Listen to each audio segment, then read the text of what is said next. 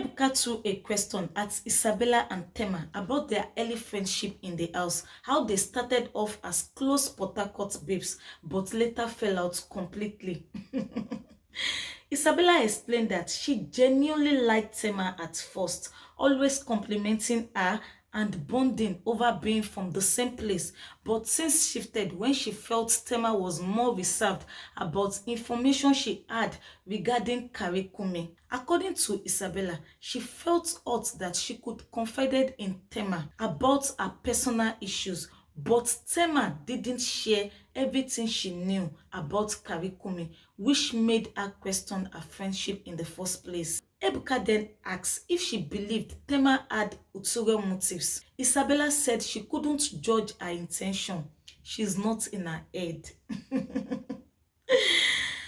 Wow. The conversation moved to the incident that escalated their fight, with Isabella explaining that tension was already high that day. When Thelma responded, she insisted that she wasn't being manipulative or judgmental. Thelma's point was that Bella's interpretation of events made it seem intentional, especially after learning she knew Karikumi from outside and still picked him as HOH. She argued that she didn't owe Isabella full disclosure because their friendship was formed inside the house, not outside.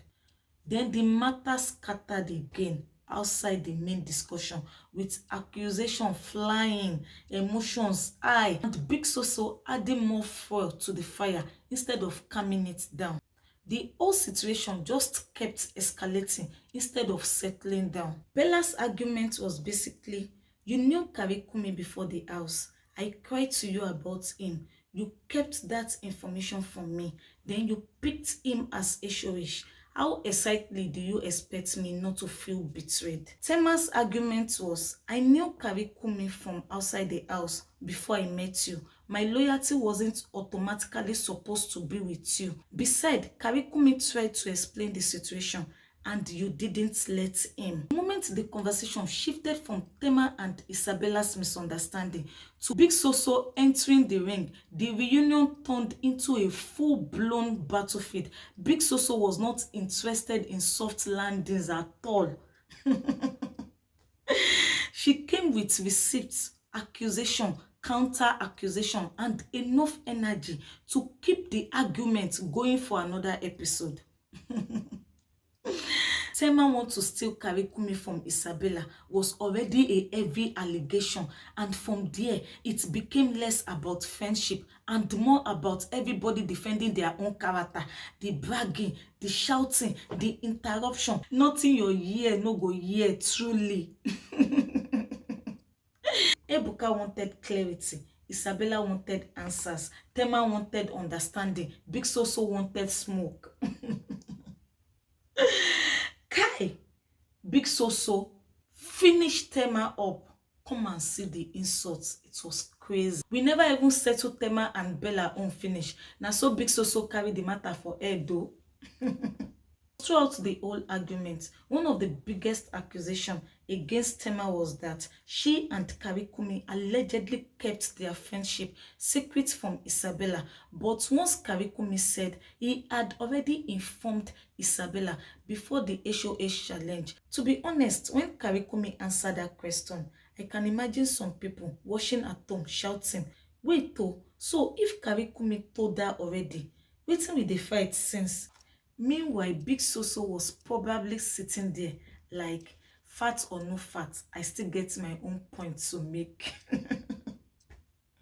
Ebuka no gree anybody rest. He turned to Tega and reminded everyone that it was actually the reason the fight between Thelma and Isabella happened. Then he asked the big question, Tega, how exactly did you become the issue that day? Omo na there everybody set up, because if no be Tega matter, would the bass dose even have happened? From Tega's explanation, the shaking matter was actually the trigger. He was only trying to explain to Isabella that the shaking had already been allocated by Biggie, but Isabella kept arguing. According to him, Thelma stepped in to calm him down, and Isabella made a sarcastic remark towards Thelma before anybody knew it. The issue had shifted from shaking allocation to full-blown Thelma and Isabella battle. I like that Tega owned up to his own part too. He apologized to Isabella for calling her names that God did not call her, but maintained that he reacted strongly when people questioned his integrity. Then came the real tea. When Ebuka asked about him and Tema, Tega simply said she was his friend. Tema's response, I think so, immediately told us that all was not well. Then she revealed she blocked him in October last year because she felt he was condescending and often tried to undermine her intelligence. As if that wasn't enough, Ebuka turned to Sabrina and asked if she had blocked Tega too. Sabrina said yes, she blocked and later unblocked him. Her issue was deeper. She felt that after the show, Tega was talking about personal moments she had shared with him during some of her most vulnerable times in the house. According to her, those were things even people who had known her for years didn't know. She also felt that whenever Tega praised Tema, it came at her expense. She basically argued that Tega's entire storyline in the house revolved around his feelings for her and that he was upset because she had publicly mentioned that the only person she talked about romantically in the house was Kola. Tega denied coming to the show because of Sabrina. He said he met her during auditions. She told him, "See you in the house." And when they both made it in, he naturally gravitated towards her. Then he dropped that statement. It looked like I was punching above my weight. Or more, the English big, no be small. That face doesn't necessarily mean he can't afford a lifestyle.